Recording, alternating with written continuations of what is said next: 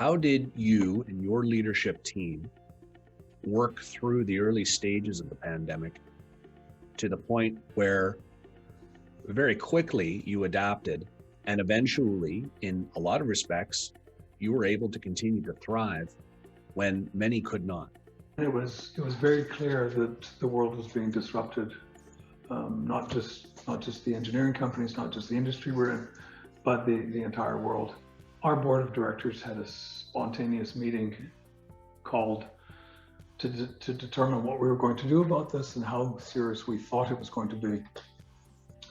And it was evident that all of us were quite nervous to realize that we could lose the entire business, the business that some of us had put our whole lives toward and everything in it. But I think the bigger fear was that if we lost the business, those 300 people that we cared so dearly about, our employees, were going to lose their jobs and lose everything that they were working for. And I think that was the motivation that allowed us to say we need to work through this. We need to set a new plan for COVID, and we need to ensure the business is successful.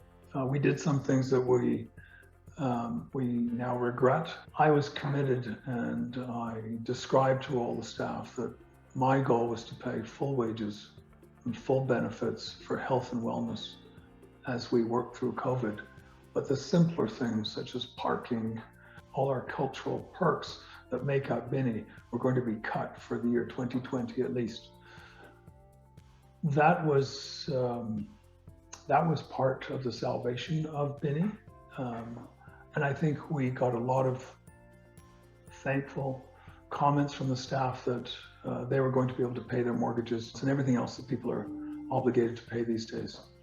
We put the load onto our IT team, who I think are brilliant, and advised them that we were closing all our 6 offices, and everybody in our 6 offices was going to be working from their residence. Our IT team went to work.